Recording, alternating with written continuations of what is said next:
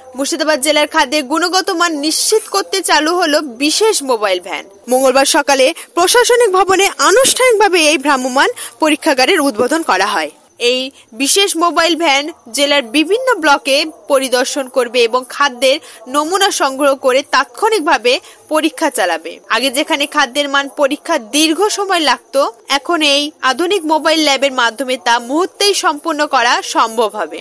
মাননীয় রাজ্য সরকারের সক্রিয় সহযোগিতায় আমরা একটা ভ্যান পেয়েছি, যেটা বলা হচ্ছে মোবাইল টেস্টিং ল্যাব। অর্থাৎ এটা শুধুমাত্র একটা গাড়ি নয়, এর মধ্যে খাবার কে টেস্ট করার ইমিডিয়েট কিছু পদ্ধতি রয়েছে। ধরা যাক আমি আমার ভ্যানটা নিয়ে যাচ্ছি, কোথাও বিরিয়ানি বিক্রি হচ্ছে, তো বিরিয়ানির মধ্যে কোনো ফুড কালার যেটা স্বাস্থ্যের পক্ষে খারাপ, এটা আমি ওখানে বসেই জেনে ফেলবো। ভ্যানের মধ্যে জাস্ট একটু স্যাম্পল নিয়ে আমার মেশিন আছে, আমি মেশিনে ধরা পড়ে যাবে যে এর মধ্যে কোনো খারাপ কালার দেওয়া হয়েছে কিনা।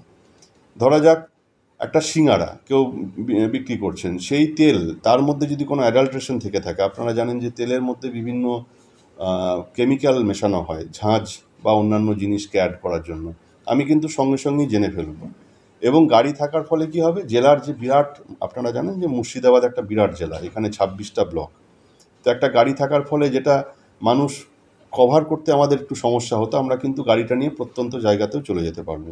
শুধু তাই নয়, যেখানে যেখানে হঠাৎ করে একটা কোথাও থেকে খবর পেলাম সন্ধ্যাবেলায়, তো তখন আমাদের কোনো ভাবতে হবে না, আমাদের অফিসাররা গাড়িতে বসেই সেখানে চলে যেতে পারবেন।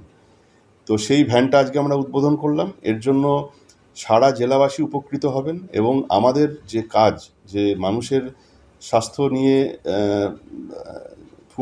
ফুড সেফটি ডিপার্টমেন্ট, আপনারা জানেন এটা হেলথ ডিপার্টমেন্টেরই অন্তর্গত। তো মানুষের স্বাস্থ্যের সঙ্গে যাতে কোনো রকমের কম্প্রোমাইজ না করা হয়, মানুষ যাতে এই যে ফাস্ট ফুড যেগুলো খান রাস্তার পাশে, সেখান থেকে যেন কোনো বিষক্রিয়া না হয়, সেই সার্বিক ব্যাপারগুলো নিয়ে আজকে আলোচনা হলো এবং আমাদের মোবাইল ভ্যান উদ্বোধন হলো। হ্যাঁ, মোবাইল ভ্যান মুর্শিদাবাদের বিভিন্ন জায়গায়। আমাদের যে ফুড সেফটি অফিসাররা রয়েছেন তাদের জোন ভাগ করা আছে।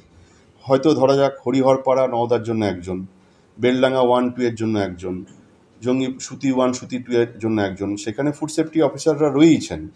এর পাশাপাশি তারা তো তাদের মতন কাজ করেন। এতদিন কি হতো কি, যে আমাদের এখানে তো টেস্টিং ল্যাব নেই, আমরা যদি কোনো জায়গা থেকে খবর পেতাম যে এই খাবার খারাপ বা আমাদের দেখে মনে হতো, তাহলে আমরা ফুড স্যাম্পেল কালেক্ট করে আমাদের যা নিয়ম আছে সেটা আমরা কলকাতার ফরেন্সিক ল্যাবরেটরিতে পাঠাতাম।